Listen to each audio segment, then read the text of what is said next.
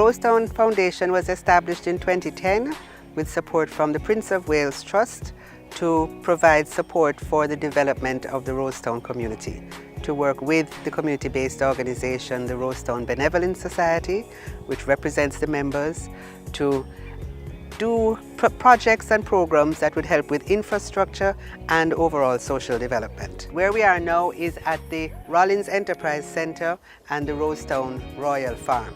So the farm was started approximately 2 years ago with funding from the Prince's Trust. We subsequently got funding through EFJ to add to the farm.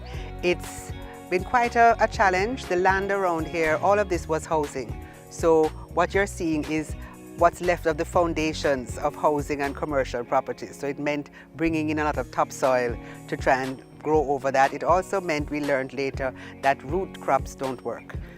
You need plants that have little rooting necessary. We work with community farmers. We've trained up to 15, 16 of them, men and women, all ages. But the farm itself is actually operated by about 3 persons, headed by our project officer, who is now the farm manager, Dean Gibbs. We have, as you can see, a number of different crops. We've focused a lot on callaloo. Callaloo is a sure sale within the community, but we also do sweet pepper, corn, a number of different things. We're going into sorrel now. We do very well with sorrel going up to the end of the year. And it's been a good program. Well, currently this where we're standing is 1/3 of an acre.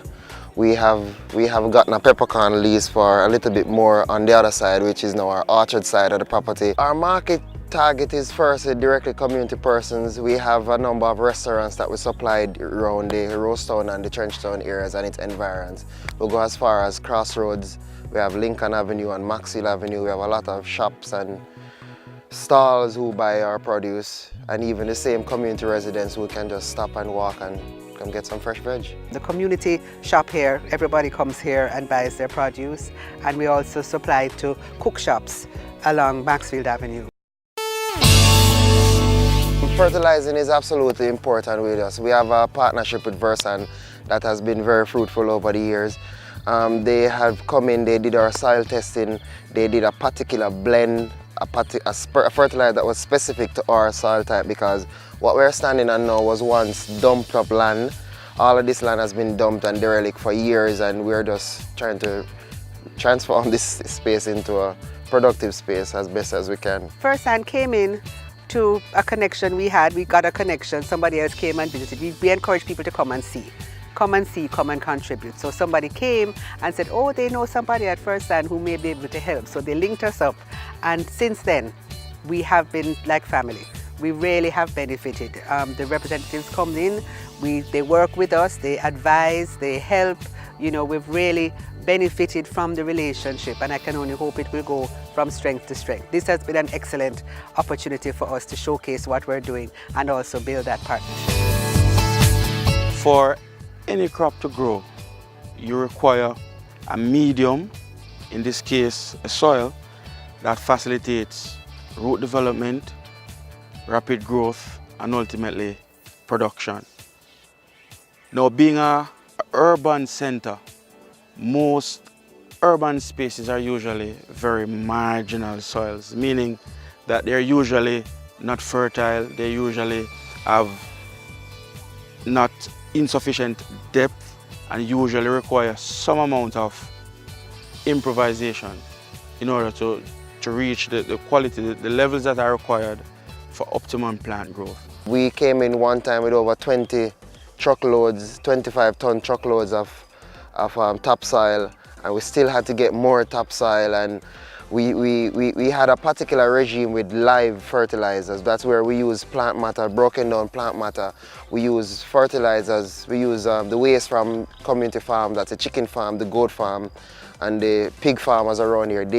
We have a symbiotic relationship where we give them the farm scraps whenever we're changing over farm, and they give us fertilizer. So it's working out pretty well. They were able to bring in topsoil from another location to supplement the original clay base.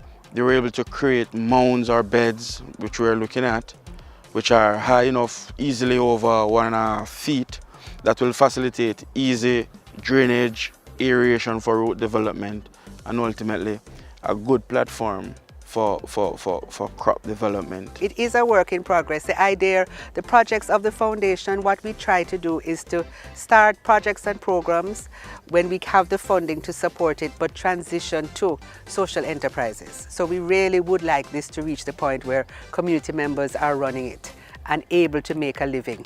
Even if it's not everybody, but 2 or 3 people are able to make a living off of it. So that's really where we're aiming for. So we're seeing where a number of persons are being benefiting tremendously with the different interagency support. So for example, you have agencies such as RADA, of course you have Newport-fersan, and other corporate entities that use the opportunity to lend support both from an economic standpoint, from a social standpoint, and in general, a catalyst for social mobility.